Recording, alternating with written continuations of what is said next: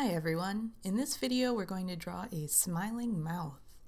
So I'm going to get started here by just drawing the outline of the mouth very lightly because the majority of everything here is not really lines, it's mostly just shadows and light.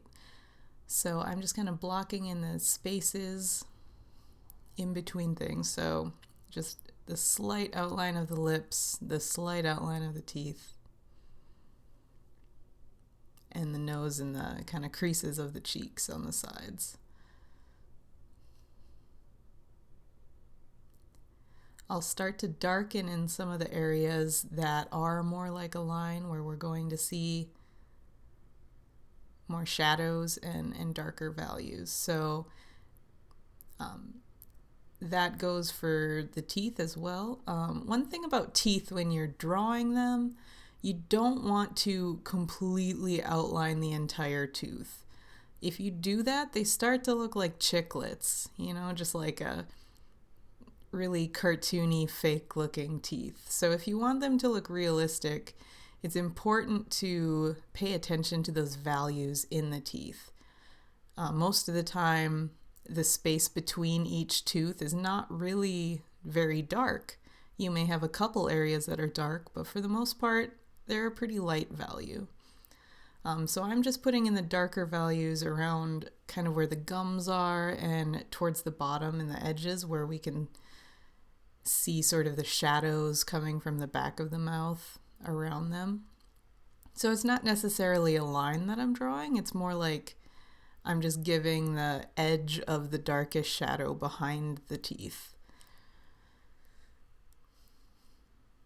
Another thing to keep in mind when you're drawing teeth is to remember that they're not perfect. You may notice some of the teeth in here are a little crooked. They aren't perfectly square or rectangular. They've just got different shapes. So it's really important to really be paying attention to what you're drawing and not just making stuff up.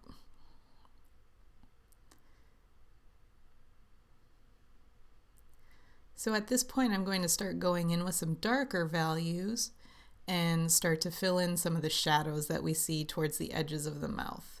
So this is where we see the furthest back into the mouth. So it's going to be the darkest because there's no light source back there. And kind of where I'm shading, the lip almost fades into that corner of the mouth. So there isn't really a hard line there. It's more just like the inside of the mouth becoming the outside. So a smooth blend is kind of how we're going to make things work here.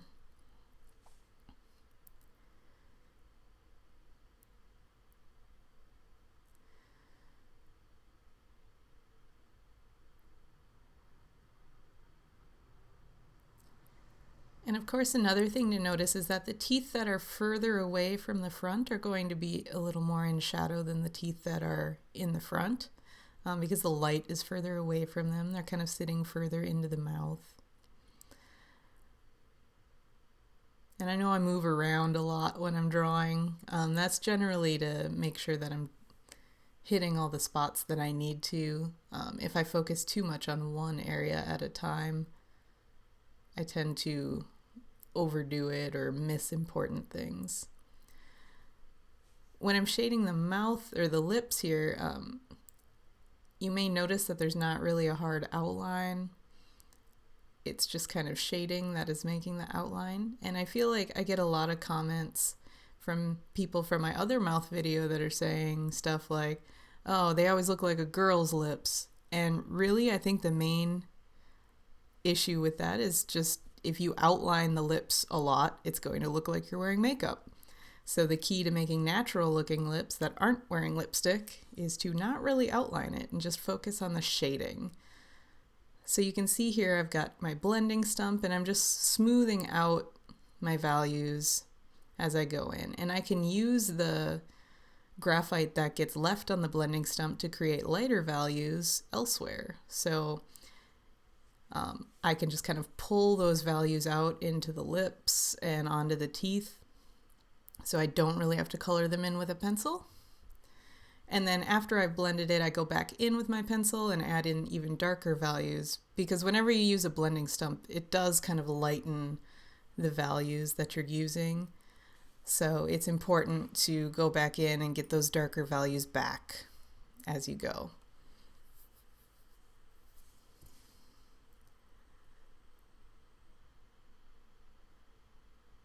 So I've grabbed a 5B pencil. I was originally using just an HB, but now I need to get those really dark darks. So I've brought out a 5B, which has softer graphite, and it makes it darker. So I'm using that to really give me some dark values as I'm going along. Usually I progressively move up in terms of softness of my pencils as I move along in my drawings. So I usually start with like an HB or a B, and then I move to a 2B, then a 5B, and then if I really need darks, I can move to a 6B or an 8B. And 8B is close to charcoal. It's really, really dark. So here I'm just readjusting some of the lines I'm doing and blending in those extra dark values that I just put in. And you can see how it gets lighter when I use the blending stump. So I pretty much have to just keep going back and forth, darkening my values as I go along. The key to making lips looking realistic is making sure you have the shadows and the highlights in the right spots. So you can see I left out that highlight in the middle. It's darker closer to the inside, lighter towards the outside. The upper lip kind of has a reflected highlight on the inside of the upper lip. You can kind of see a little light area. And then it just blends out, so it's not super outlined or anything.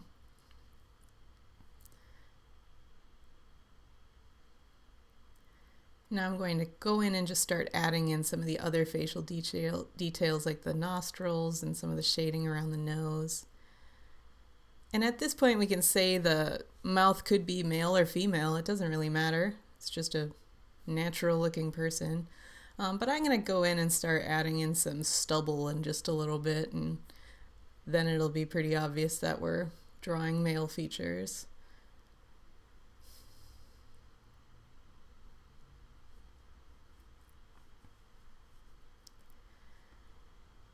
As we're nearing the end of this video, I just want to note that I could be honestly continuing this drawing for another couple of hours if I really wanted to.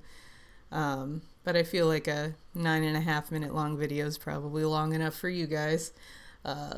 So it's really up to you when you decide if you're finished or not with something. Some people are happy with just a light outline of something, and other people like photorealism. So it's really up to you when you want to stop. As I'm adding the stubble, I'm kind of making sure that I keep some of the values in the skin. Usually there's a highlight right above the upper lip, because that area tends to stick out the furthest on that part of the face.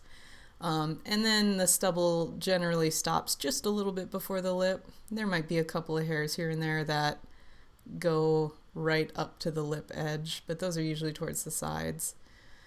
And then when I do the facial hair, you can see there are some lighter marks and darker marks. They aren't all going in the same direction. They're kind of little dots or short lines. There's kind of a variety of marks that I'm creating there. And then what I'm going to do lastly is just really darken in these values to get the shapes that I need. This will be my finishing touches for the video.